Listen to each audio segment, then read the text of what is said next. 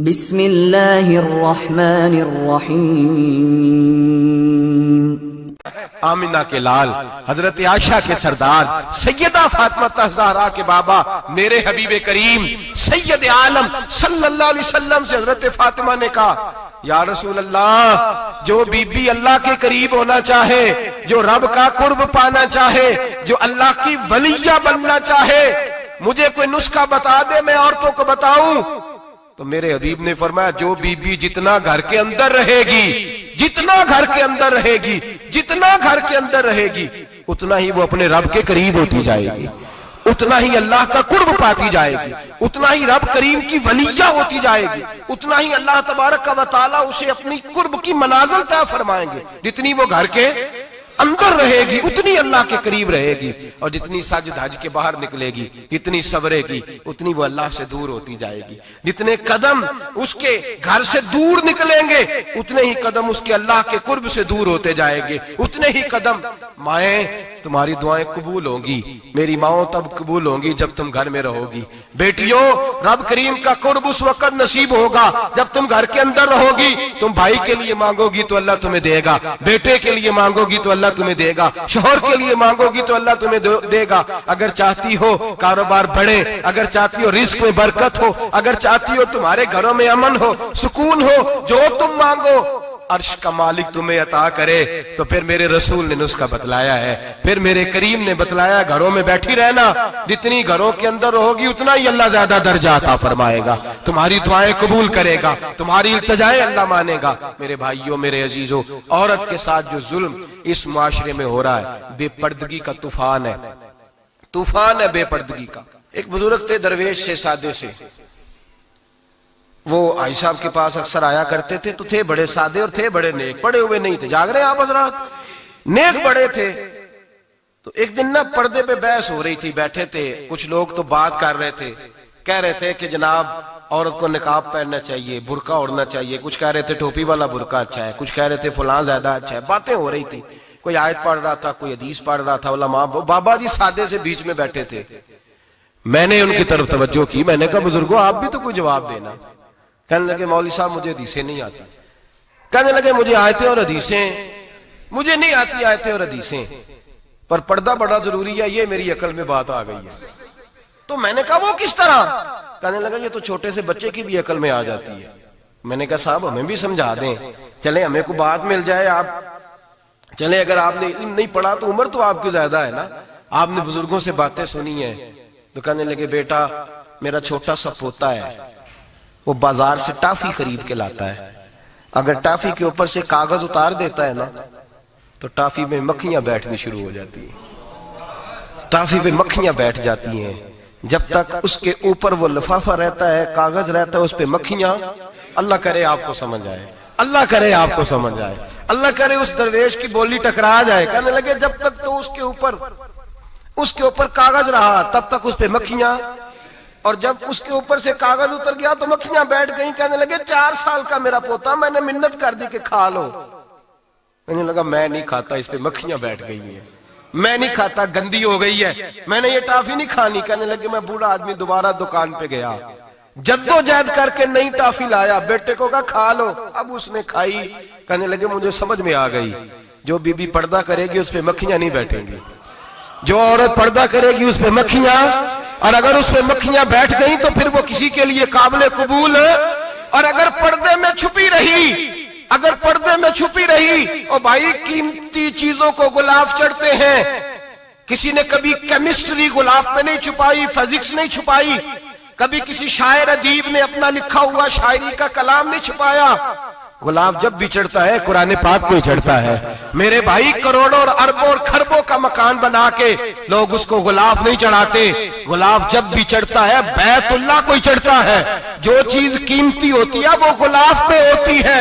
मेरी बहनों, मेरी बेटियों, अगर तुम अपने आप को कीमती बनाना चाहती हो तो गुलाब में छुप जाओ, तुम्हारी कीमत बढ़ जाएगी, तुम्हारा वकार बढ़ जाएगा, तुम्हारी अजमत बढ़ जाएगी। मेरे हबीब ने फरमाया जितनी घर के अंदर रहोगी, दुनिया तो दुनिया रही, अल्लाह की नजर में तुम्हारी कीमत बढ़ जाएगी, रब करीम की निगाह में तुम्हारा वकार बढ़ जाएगा, अल्लाह की नजर में तुम्हारी अजमत बढ़ जाएगी। और जब औरत निकलती है, जब वो घर से निकलती है मेरे हबीब करीम अलैहिस्सलाम ने फरमाया औरत छुपाने की चीज है, छुपाने की चीज है, छुपाने की ये कीमती है, ये खजाना है, इसे छुपा के रखो। फरमाया जब ये घर से निकलती है, फरमाया और कोई देखे ना देखे, शैतान उसे देखता है, शैतान वसवसा अंदोजी करता है, शैतान उसे देखता है। और हबीब करीम सैयद आलम सल्लल्लाहु ताला अलैहि वसल्लम जब बात करते थे, जब लफ्ज बयान करते थे, मोहताज जुमले बोलते थे, बड़ा कम, रहमतुल्लिल आलमीन नबी की जुबान से बड़ा कम सख्त जुमले निकलते थे। मेरे हबीब ने लफ्ज अदा किए, सख्त जुमले। मेरे करीम ने फरमाया जो औरत, ये जो माए बहनें सुन रही हैं, खुदारा आगे पहुंचाएं, आप भी घर में जाएं तो ये वाला वाज अपने घर में पहुंचाएं, सुनाएं, खुदारा सुनाएं, खुदारा।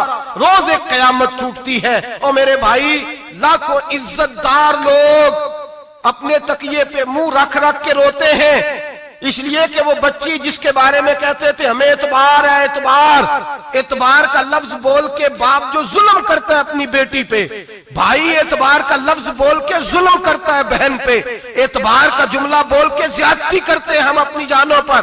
हजरत जुनैद बगदादी सूफिया के सरखील सूफिया के, उनसे एक शख्स कहने लगा मुझे बेटी पे एतबार है, मैं उसको फलां जगह दाखिल ना करा दूं, पढ़ ले।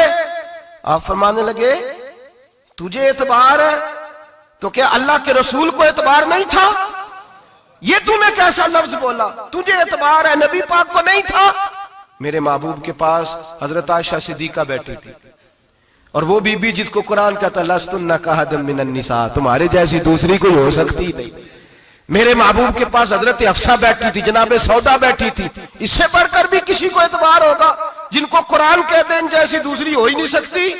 हजरत अब्दुल्ला बिन मक्तूम नाबीना से अभी आए, ओ भाई नाबीना, दिल की आंखें खोल के सुनो, नाबीना से अभी, नाबीना आंखों से नजर नहीं आता, हुजूर की बारगाह में आए, मुझे एतबार है बेटी पे, मुझे एतबार है, संदल की बनी हुई बेटी है, हूर है तेरी बेटी, उसके करीब गुनाह नहीं जाता, ये तू ज्यादती कर रहा है अपनी बेटी पे, ये जुमला बोल के तू जुल्म कर रहा है, तू जालिम और फाजर हो गया जब तूने ये कहा कि मुझे एतबार है।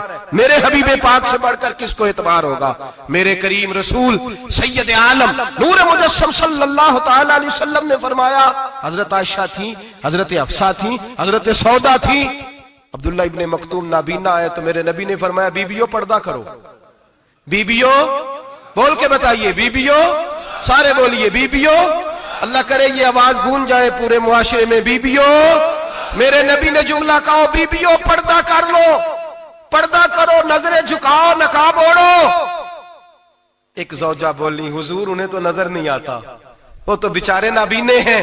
तिरमिजी में हबीब पाक के लफ्ज सुनिए, या रसूल अल्लाह उन्हें तो नजर नहीं आता।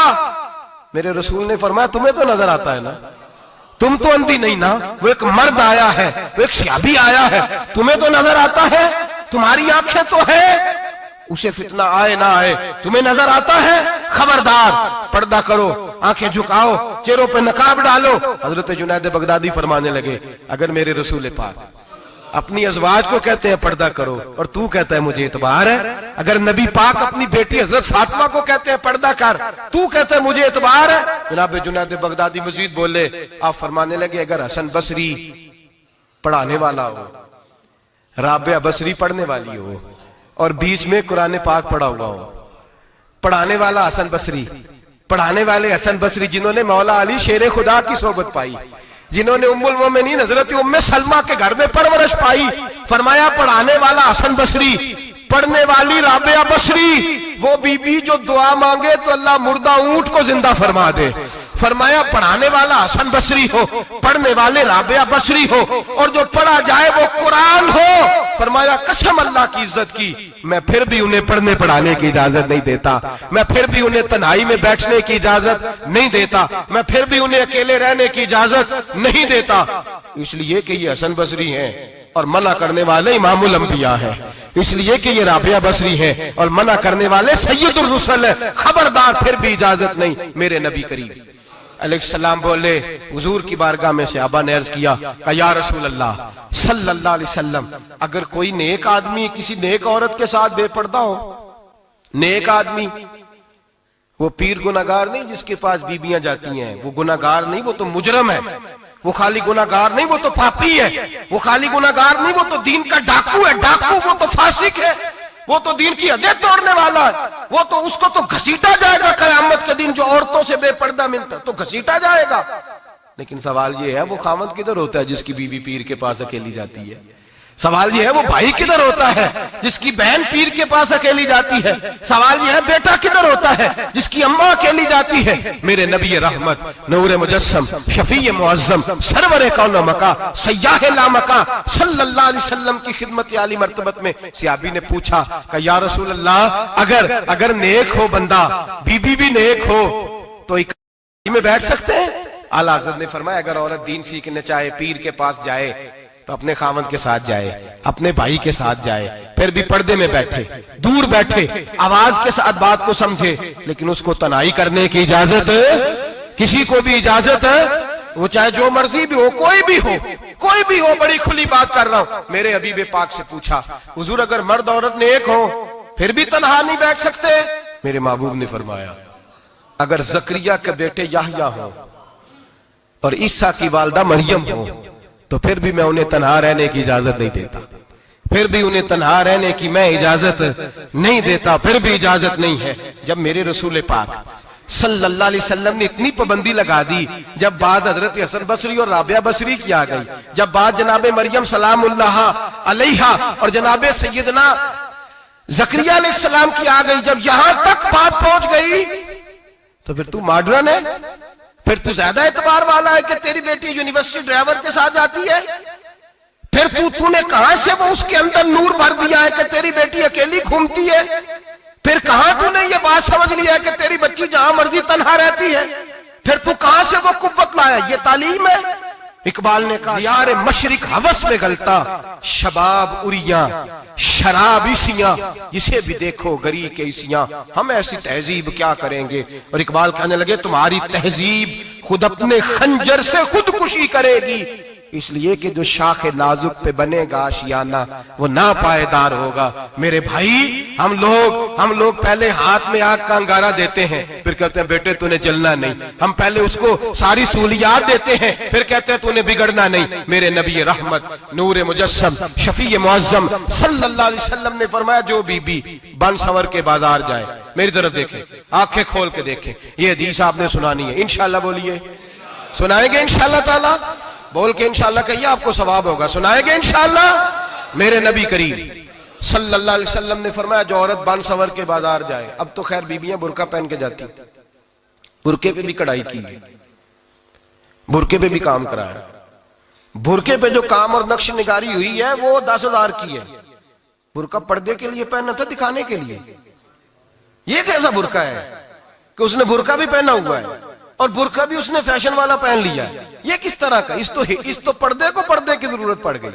ये कैसा पर्दा है कि जो पर्दे को पर्दे की जरूरत है? बुरका तो इसलिए होता है कि मुझे देखे कोई ना, और इसने तो पहना ही इसलिए कि जरा लोग देखें तो सही मैंने कितना कीमती पहना है। इस हिजाब को हिजाब की जरूरत पड़ गई। मेरे हबीब पाक अलैहिस्सलाम ने फरमाया बिला जरूरत, औरत को इजाजत है बीमार हो तो डॉक्टर के पास जाए, औरत को इजाजत है जरूरत पड़ जाए घर में सौदा सलब ना आता हो तो लेने चली जाए, औरत को इजाजत है अगर गवाही की जरूरत पड़ जाए तो पर्दा करके काजी अदालत के पास गवाही देने जाए, औरत को इजाजत है हज पे जाए, औरत को इजाजत है उम्रे पे जाए, औरत को इजाजत है कि अगर किसी वक्त जिहाद के लिए औरतों की जरूरत पड़ गई तो हजरत फातिमा और जनाब आयशा की सुन्नत अदा करे, जिहाद को जाए।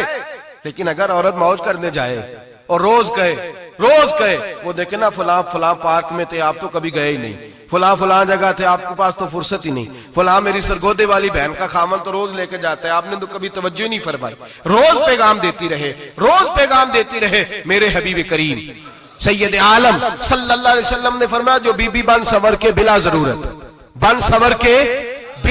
बाजार जाए, नबी पाक अलैहिस्सलाम ने फरमाया एक कदम वो उठाएगी तो उस पर अल्लाह की लानत बरसेगी, फरिश्तों की लानत बरसेगी, जमीन वाले लानत बरसाएंगे, आसमान वाले लानत बरसाएंगे। और मेरे हबीब बोले तो फरमाया जब अल्लाह की लानत बरसेगी तो मैं भी उस बीबी पे लानत ही करूंगा जो बीबी बन संवर के जाए।